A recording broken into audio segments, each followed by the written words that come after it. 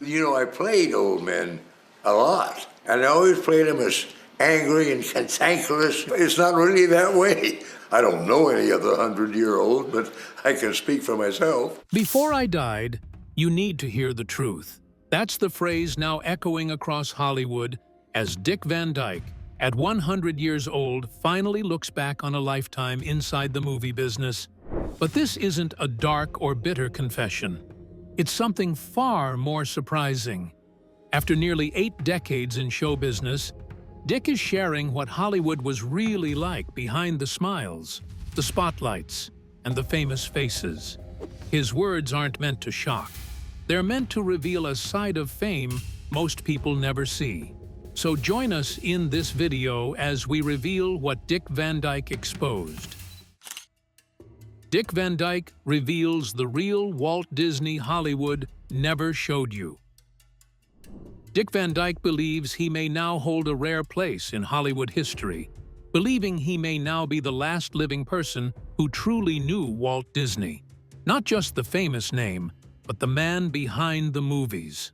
During a warm and emotional Vandy High Tea charity event at his California home, Dick looked back on his long career and the people who shaped it. Dick Van Dyke thinks he might be the last person alive who truly knew Walt Disney. Shared the thought during a Vandy High Tea charity event at his Malibu home. Van Dyke said he and Disney instantly clicked when they met in the early 1960s. The event included sing-alongs, stories, and hours of questions from fans. But it was his memories of Walt Disney that quietly stole the show. "I got to know Walt pretty well," Dick told the audience. "I'm probably the last person alive who did."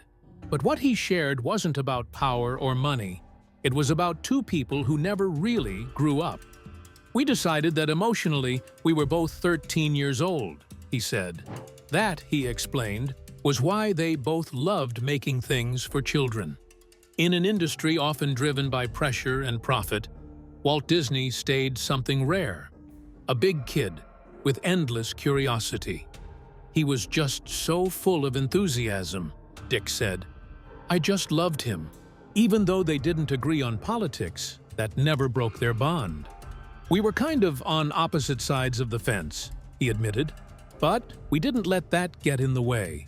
Hollywood might be known for egos and feuds, but their friendship was built on something simpler: shared joy.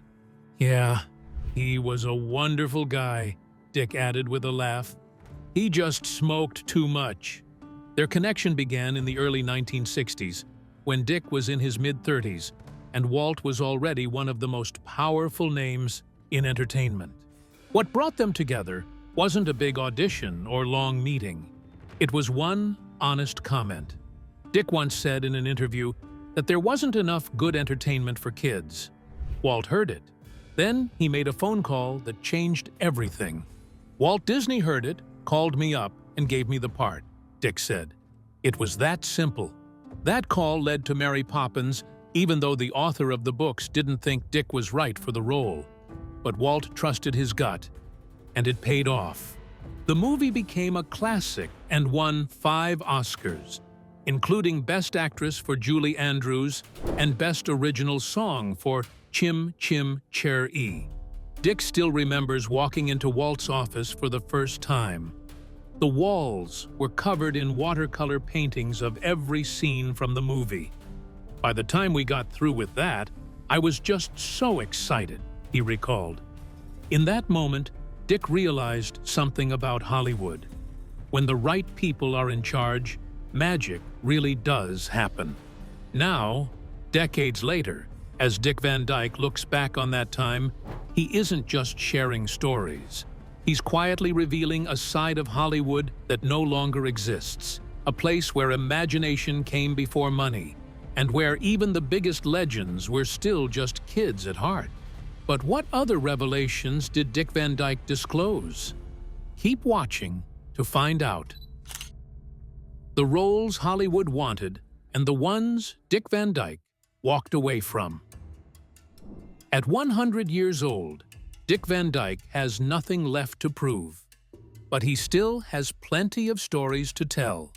During his Vandy High Tea charity event in Malibu, held to support the Van Dyke Endowment of the Arts and the future Dick Van Dyke Museum. He opened up about the parts he said yes to and the ones he turned down. And some of those choices may surprise people who only know him for cheerful, family-friendly films. One of the biggest roles Dick was ever offered was the lead in the 1976 horror classic The Omen, a movie that later made Gregory Peck famous in a whole new way. Dick didn't deny that he could have done the part. "I could have done The Omen that Gregory Peck did," he said. But the movie simply wasn't right for him. "I didn't want to do that kind of movie. It just didn't fit my taste somehow." That simple answer quietly reveals something about Hollywood most people never think about. Even when huge roles are offered, actors don't always feel free to take them. Dick followed his instincts, not the paycheck, even when it meant walking away from something big. But not every choice was so easy to live with. One regret still sticks with him: Cary Grant.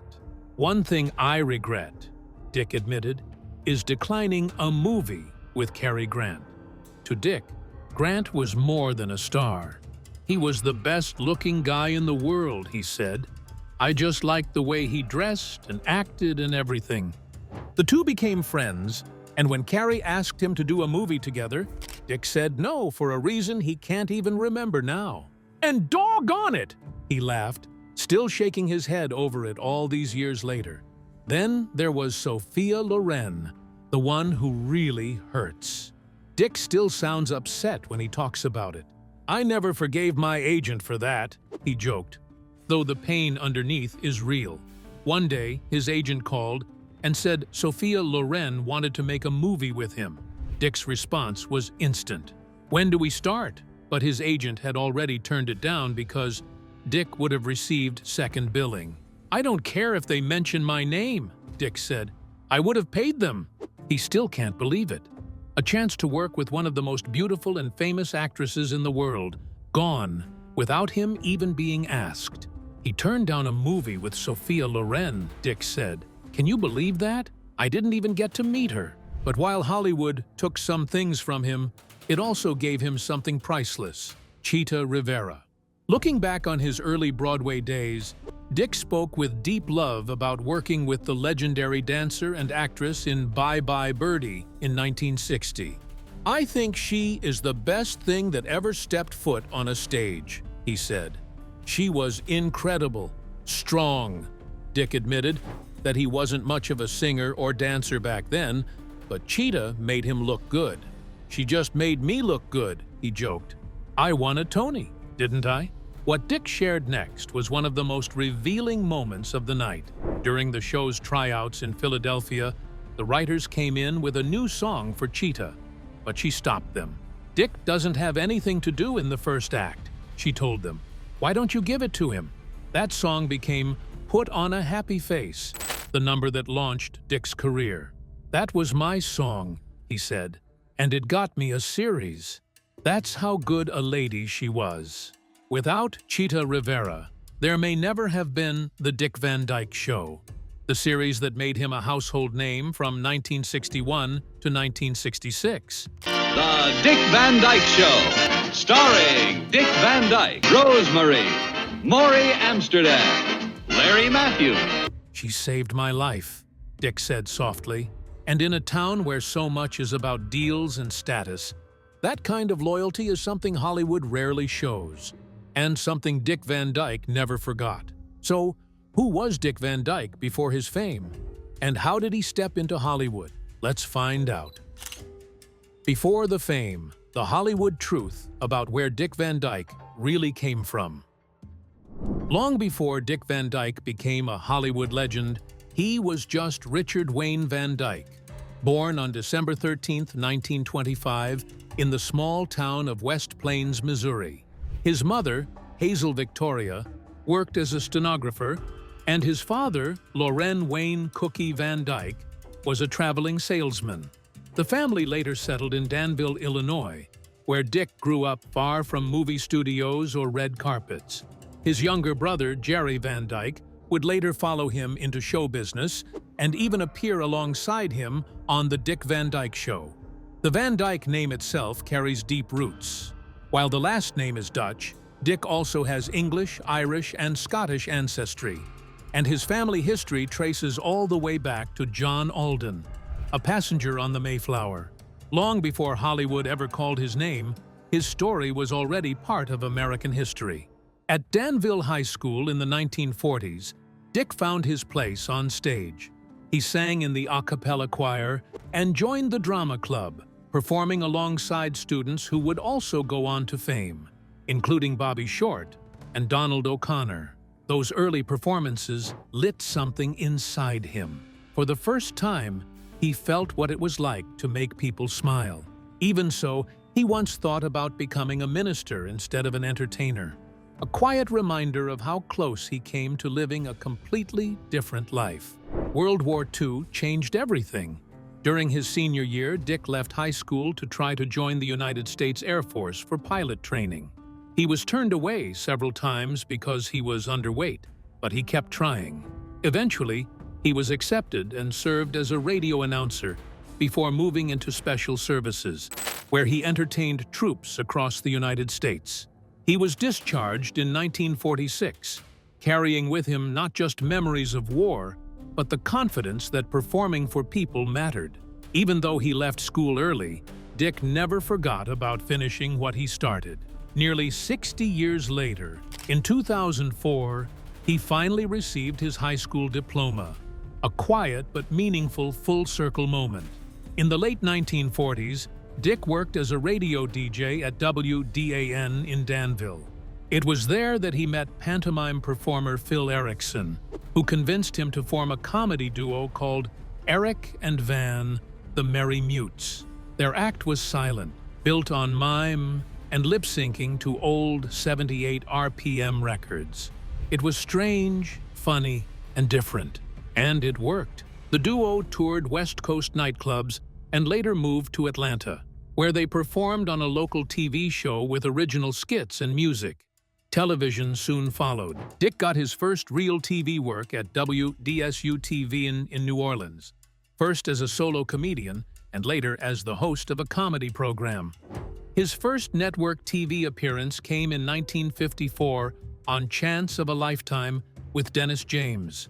From there, he began popping up everywhere, on The Phil Silvers Show, The Pat Boone Chevy Showroom, and The Polly Bergen Show. A former Army friend who now worked at CBS noticed him and made a recommendation that changed his life. That one connection led to a 7-year contract with CBS. During that time, Dick even served as the anchorman for the CBS Morning Show, with Walter Cronkite delivering the news beside him, a strange but unforgettable chapter in his early career. In November 1959, Dick finally reached Broadway, making his debut in The Girls Against the Boys at the Alvin Theater. The show only ran for 16 performances, but it marked his arrival on a much bigger stage. Shelley Berman, Bert Lahr, Nancy Walker, and others shared the spotlight. But Dick Van Dyke was just getting started. Behind all the smiles, Hollywood would later see a man who had worked, struggled, and quietly built his way up. And those early years tell a deeper story than most people ever hear. How far did Dick Van Dyke reach in Hollywood? Stay tuned to find out. The truth behind the smiles. How Hollywood made and broke Dick Van Dyke. By the early 1960s, Dick Van Dyke was no longer just a rising performer. He was becoming one of the most recognizable faces in entertainment. His big breakthrough came when he stepped into the role of Albert Peterson in the Broadway musical Bye Bye Birdie, which ran from April 1960 through October 1961. He starred alongside Chita Rivera, Barbara Doherty, and Paul Lynde. Critics weren't completely sold on the show at first. One famous review even said the musical needed work, but the audiences felt something different. The show won 4 Tony Awards, and Dick took home the Tony for Best Featured Actor in a Musical in 1961. That win quietly changed his life. Soon after, Dick brought the same role to the big screen in the 1963 film version of Bye Bye Birdie. Even though he wasn't happy with how the movie shifted focus away from his character, the film was a success. Reviewers noticed something special in him. One magazine wrote that Dick had far more show business skill than television had ever shown. Hollywood was starting to see what Broadway already knew. Then came The Dick Van Dyke Show. From 1961 to 1966, Dick played Rob Petrie, a comedy writer trying to balance work and home life. The show was created by Carl Reiner, who had planned to play the role himself until CBS stepped in and insisted on someone else. Reiner chose Dick. That decision turned into television history. Alongside Rose Marie, Maury Amsterdam, Jerry Paris, Anne Morgan Gilbert, Carl Reiner, and a young Mary Tyler Moore, Dick helped create one of the most beloved sitcoms ever made. The praise was endless. Critics said Dick had perfect timing and could turn simple lines into big laughs without trying too hard. He won 3 Emmy Awards for his role, and the show won 4 more as Best Comedy Series. Decades later, people would still call it one of the smartest and warmest sitcoms of all time. In 1964, Walt Disney gave Dick one of his most famous roles, Bert, the cheerful chimney sweep in Mary Poppins. He also secretly played Mr. Dawes Sr., the old banker, hidden behind heavy makeup. His name even appeared as a puzzle in the credits. But there was one thing everyone remembers for the wrong reason: his British accent. It was later voted one of the worst accents in movie history. Dick joked that even his own coach couldn't do it right. Still, the movie became a classic, and the song Chim Chim Cher-ee won an Oscar. Dick even won a Grammy for his work on the soundtrack. But behind the magic, Hollywood wasn't always kind. Many of Dick's films in the late 1960s flopped, even though he worked with big stars. He tried again with Chitty Chitty Bang Bang and had a hit, but he also turned down the chance to be James Bond because he knew his British accent wasn't good enough. That honesty may have cost him a huge role. In 1969, he took on something darker in the comic, playing a silent film star destroyed by his own ego and addiction. Not long after, he admitted something painful. He had struggled with alcoholism for 25 years. The truth came out when he played an alcoholic in a TV movie and realized he was really playing himself. I'd like to say one thing very important before I forget it, is there are a lot of people dying from alcoholism because the rest of us are enabling them to, because there's a stigma about that disease, as you probably know. Dick kept working. He tried another sitcom, joined The Carol Burnett Show, hosted sketch comedy, and even played villains. In the 1990s, he shocked audiences again as a crooked lawyer in Dick Tracy, which led to his biggest late career success, Diagnosis: Murder. The show ran for 8 years and starred his real-life son beside him.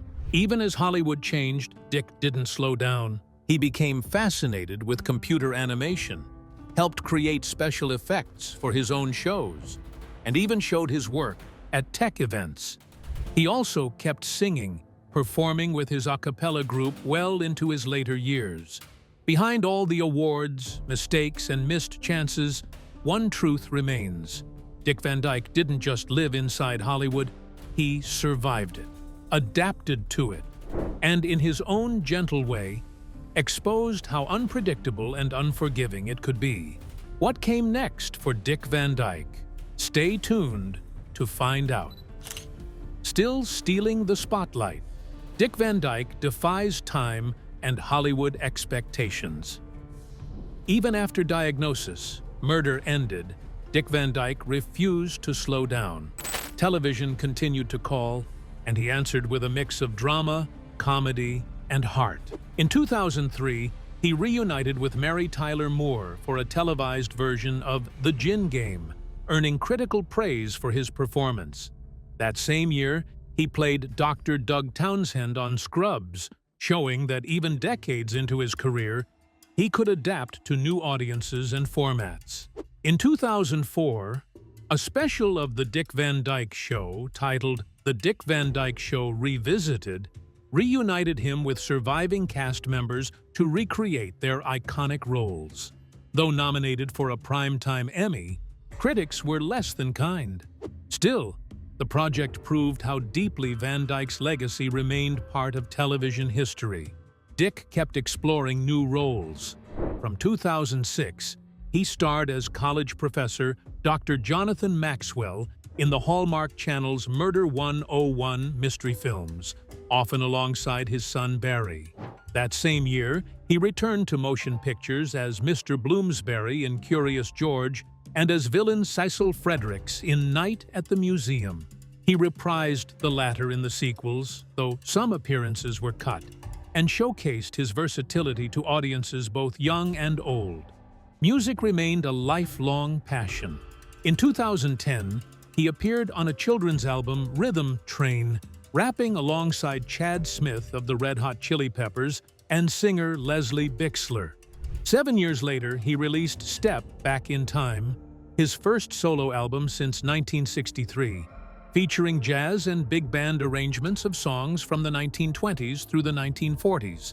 He also recorded a Christmas duet with Jane Lynch, proving that even at nearly 100, Van Dyke's creativity had no limits. In 2018, he returned to the world of Mary Poppins, playing Mr. Dawes Jr. In Mary Poppins Returns, the son of the character he had originally portrayed as Mr. Dawes Sr. Decades of experience gave him insight that Marvel producers drew on for the series WandaVision, consulting him on emulating the charm and timing of The Dick Van Dyke Show. Even reality TV could not resist him. In 2023, at age 97, he competed on The Masked Singer as Gnome, becoming the oldest contestant in the show's history. Though he was the first eliminated, his unmasking drew a standing ovation, and he treated the audience to an encore of Supercalifragilisticexpialidocious from Mary Poppins. Later that year, he appeared on Days of Our Lives and was honored with the CBS special Dick Van Dyke, 98 Years of Magic. Van Dyke's 100th year was celebrated in style. In December 2024, he starred in Coldplay's music video, All My Love, which he co-produced with his wife, Arlene Silver. Then, in December 2025, 2 documentaries commemorating his century of life in entertainment were released, starring Dick Van Dyke on PBS's American Masters and Dick Van Dyke, 100th Celebration, which hit theaters for a special 2-day run. Even after 100 years, Dick Van Dyke continues to remind Hollywood and the world why his charm, humor, and heart are timeless. But what was Dick Van Dyke's life like off-camera? Keep watching to find out. The man behind the magic, Dick Van Dyke's life off-screen. Dick Van Dyke's life off-screen has been as full and dramatic as his decades in Hollywood. On February 12, 1948, he married Marjorie Willett in a ceremony broadcast on the radio show Bride and Groom at Los Angeles' Chapman Park Hotel. The couple had 4 children, Christian, Barry, Stacy, and Carrie Beth. Their marriage eventually ended in 1984 after a long separation, partly influenced by Van Dyke's affair with longtime companion Michelle Triola Marvin. He described the affair as leaving him writhing in guilt, and he and Marvin lived together for more than 30 years until her death in 2009. At 86, Van Dyke found love again, marrying makeup artist Arlene Silver on February 29, 2012. She is 46 years his junior, and they first met 6 years earlier at the SAG Awards. By his 100th birthday, they had been together nearly 20 years. Silver has played a special role in Van Dyke's later life, connecting him with fans on social media and helping him navigate the world of online interaction. something Van Dyke had never done before. Family has always been central to his life. Dick included his children and grandchildren in his work, with son Barry, grandsons Shane and Carrie, and other Van Dyke relatives appearing in episodes of Diagnosis, Murder. He has 7 grandchildren in total. His family has also faced tragedy. In 1987, his granddaughter Jessica Van Dyke died from Reye syndrome, prompting him to create public service announcements warning about the dangers of giving aspirin to children. His son Chris also made headlines as a district attorney in Oregon during the 1980s, prosecuting the notorious I-5 assassin, Randall Woodfield. Even with fame and work, Van Dyke maintained his spiritual life. He continued teaching Sunday school at his Presbyterian church, served as an elder, and read deeply, exploring the works of theologians like Martin Buber, Paul Tillich, and Dietrich Bonhoeffer. Life, however, hasn't always been smooth. On August 19, 2013, at 87, he was rescued by a passerby after his Jaguar caught fire on the Ventura Freeway in Calabasas, Los Angeles. Remarkably, he walked away unharmed, though the car burned to its frame. Van Dyke has also faced natural disasters, evacuating his Malibu home during California wildfires in December 2024 and again in January 2025, relying on neighbors for assistance. Van Dyke has never shied away from speaking his mind. He endorsed Bernie Sanders during the 2016 and 2020 Democratic primaries and warned publicly about the dangers of Donald Trump, even comparing his fears to the Cuban Missile Crisis. In 2024, he supported Kamala Harris for president. On December 13, 2025, Dick Van Dyke reached a milestone few could imagine. He turned 100. A century of life, love, laughter, challenges, and triumphs, and still, he remains a vibrant, thoughtful, and active figure, proving that the man behind the magic of Hollywood is as remarkable as the characters he brought to life. What struggles can a man like Dick Van Dyke have faced? Let's find out. The private struggles Hollywood never saw. Dick Van Dyke's battle with addiction and health. Behind the charm, laughter, and enduring energy, Dick Van Dyke has faced personal battles that the public rarely glimpsed. In 1972, after years of struggling with alcoholism, he made a life-changing decision and checked into a hospital for 3 weeks to confront his addiction. That decision marked a turning point. From that moment on, Van Dyke committed fully to sobriety, proving that even the most beloved entertainers carry private challenges. In the 1970s, there were rough spots, including real-life struggles with alcohol, but he remained in front of the camera and in our living rooms with variety shows, guest appearances, and another hit series. Smoking was another long-standing habit. Van Dyke was a heavy smoker for much of his adult life. By 2013, he had been using Nicorette gum for over a decade, working diligently to overcome the addiction and maintain his health. Physical health continued to present hurdles. In April 2013, Van Dyke revealed he had been experiencing a mysterious neurological disorder for 7 years. Lying down caused a pounding sensation in his head, leaving him fatigued and sometimes forcing him to cancel appearances. Even after multiple tests, no clear diagnosis was made, and he later speculated that his titanium dental implants might have been the source. Health concerns continued into his later years. In June 2025, he was scheduled to appear at a comedy event in Malibu, but had to withdraw due to an undisclosed illness. Despite these private struggles, Van Dyke's resilience has always shone through. His ability to continue performing, creating, and connecting with audiences, even while facing personal and medical challenges, is a testament to his enduring spirit and determination, proving that his life off-screen is as remarkable as his legendary career. From battles with health to thriving at 100. 100 years young, Dick Van Dyke's secret to a joyful life. As Dick Van Dyke approached his 100th birthday on December 13, 2025, he reflected on his life with the same humor and optimism that have defined him for decades. Sitting beside his wife, Arlene Silver, at their Malibu home, he told people, "I hope I make it," while quickly adding that he feels really good for 100. Even at a century old, Van Dyke said, "I feel like I'm about 13, noting that while some days bring more energy than others, he never wakes up in a bad mood.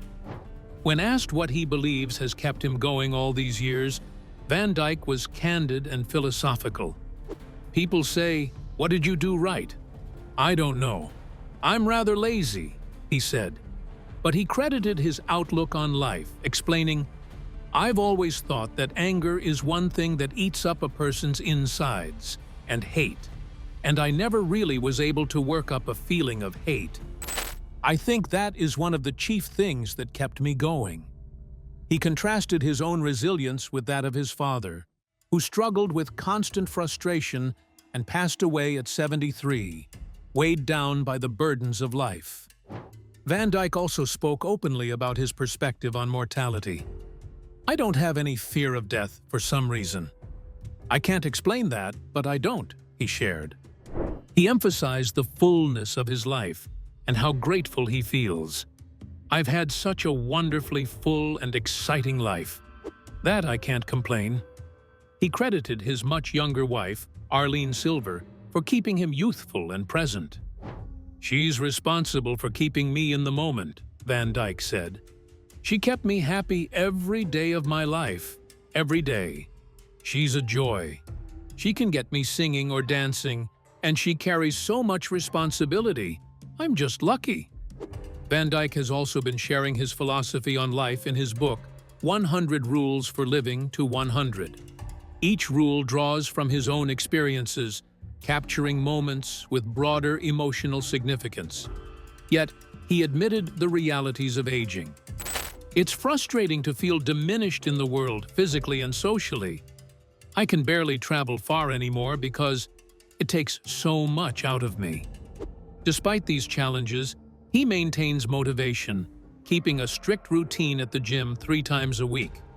"I don't know why this is something I still want to do, but it is," he said.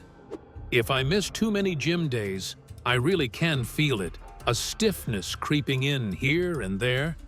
If I let that set in, well, God help me." Even at 100, Dick Van Dyke embodies energy, joy, and gratitude.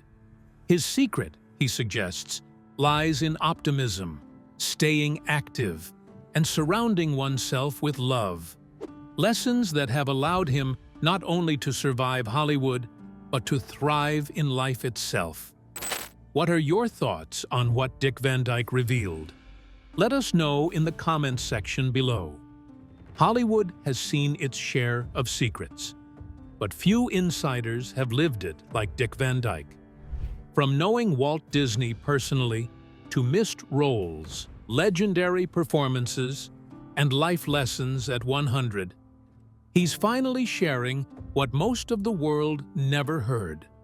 If his stories shocked or inspired you, hit like, subscribe, and turn on notifications.